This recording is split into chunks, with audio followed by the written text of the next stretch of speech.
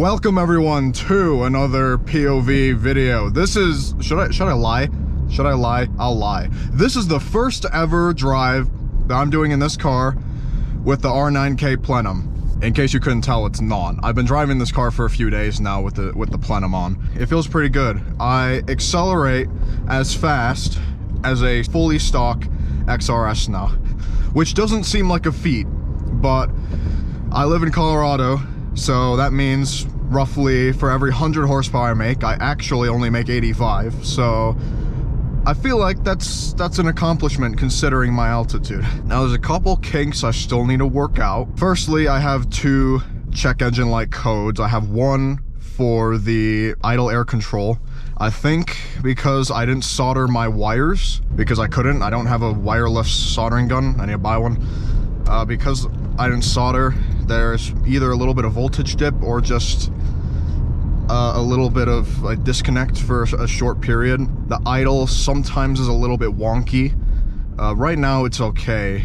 Sometimes if I keep driving it for longer, the idle will go up and it'll just act kind of weird. I also have a check engine light for the air injection system, which makes sense because there was a little plug that I unplugged underneath the, can I make it over the train tracks? Yes, I can. Underneath the intake manifold that I unplugged, and I assume that controls the opening and closing of the air injection. So now it just doesn't work, but that's not a problem. I'll just get that sorted out. The only reason I took it out was because with the new R9K Plenum, there's not a place to actually put the super small hose for the air injection system. So I'm gonna have to figure out something. I'm probably just gonna tee it into another hose and then it should work fine. The other problem, which is super strange because it has nothing to do with what I did, there's this super high-pitched constant noise whenever this car idles. It goes away as soon as I rev it up, and then when I let off the gas, it starts doing it again. I'll put a clip right here as to what I'm talking about. It's a very strange issue. It didn't do it for the first 2 minutes this car was idling, and then now it does it all the time. So I'm gonna have to figure out what that is. I've never heard anybody have this issue before, so that's quite interesting. Besides all of that, this car runs mostly perfect. It's a little bit more lean now. It's not so lean to where I would panic about it, and it's not so lean to where there's gonna be a check engine light for it. It's at like plus 15, which isn't great. It's not engine explodey time either. So I'm not gonna make a big fuss about it. I can probably just fix that when I get the R9K reflash, so that shouldn't be a problem at all. Overall, with the R9K Plenum, I'm pretty happy with it. It's been treating me well. It's given me better throttle response and a better bump in power. I think you could probably gain similar amounts of horsepower for cheaper by just porting the stock Plenum. I mean, this thing looks pretty cool, and as far as I'm aware, there's not another install video of it on YouTube, so yeah. Oh, did you see the BMW? He took the racing line. Wow, incredible. Here we go, out into, I'm gonna have to stop here. Considering running it, but I don't know where this car's going. No, of course you're going straight. I was gonna do a pull, oh, road construction. Okay, never mind, I was not going to do a pull here. Damn it, I didn't know they were doing road construction here. Oh no, it's one lane. And video surveillance. I have video surveillance too, actually, so suck it. It's 45. I was definitely not doing 15 over. When did they change this to 45? Oh, come on. You guys want to hear something really interesting?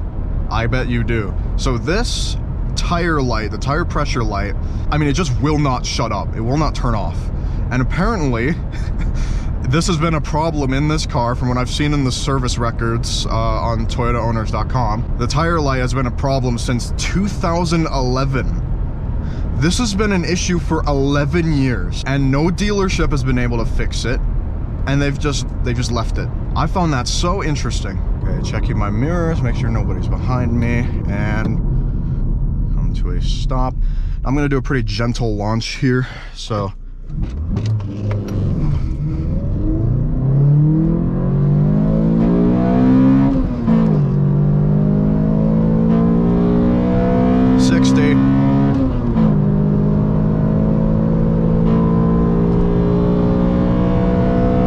That's 80, and let it cool down a little bit.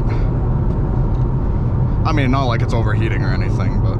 And yeah, I know, whatever time that was, it's probably slower than it was supposed to be, considering my modifications and this car in general. But look, I don't need to hear in the comments about this car being slow. I live in Colorado. Every car here that's naturally aspirated is just slower. No, obviously I'm not going to be too hard-pressed about it. I could have hit 60 faster if I did a better launch, but I'm not trying to be too hard on the car. I have class in 1.5 hours that I need to be, so I'm kind of screwed if I break this car. This thing is gonna feel so much better with the reflash done to it. That lift point being at 6,800 is, I mean, it's fine, but you know, it's just kind of, this thing could be much quicker with a lower lift point, so that way I could actually land lift when I shift. Tad annoying, but you know what? It's alright. R9K can fix it.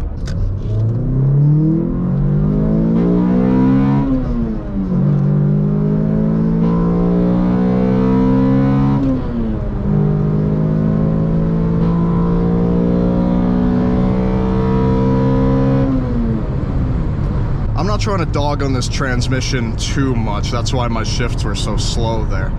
I'm not trying to do a quick pull. I just wanted to hear lift. Yeah, in general, I'm very happy with how the car is at the moment. Tomorrow, I'm gonna want it to go faster though, so I'm gonna have to get my reflash done pretty soon. I've been saying summer, but honestly, it might be earlier than that. Oh, a Celica. It was a GTS. Hey, 2ZZ, buddy. One thing with this car, though, is that I'm very paranoid about taking corners too quickly because of the non-baffled oil pan. I'll be fine once I get the Moroso pan, but for now, I'm a little paranoid about blowing up this engine because I just really like it. Oh, a Matrix. Let me get closer. Is this an XRS? I really doubt it, but you never know. You never know. Well, of course the Matrix went right. See, now I have to play catch up. Is this an XR or is that also an XRS? Let's find out.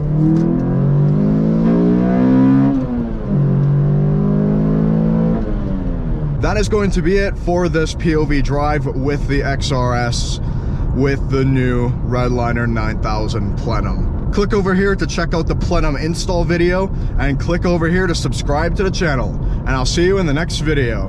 Goodbye.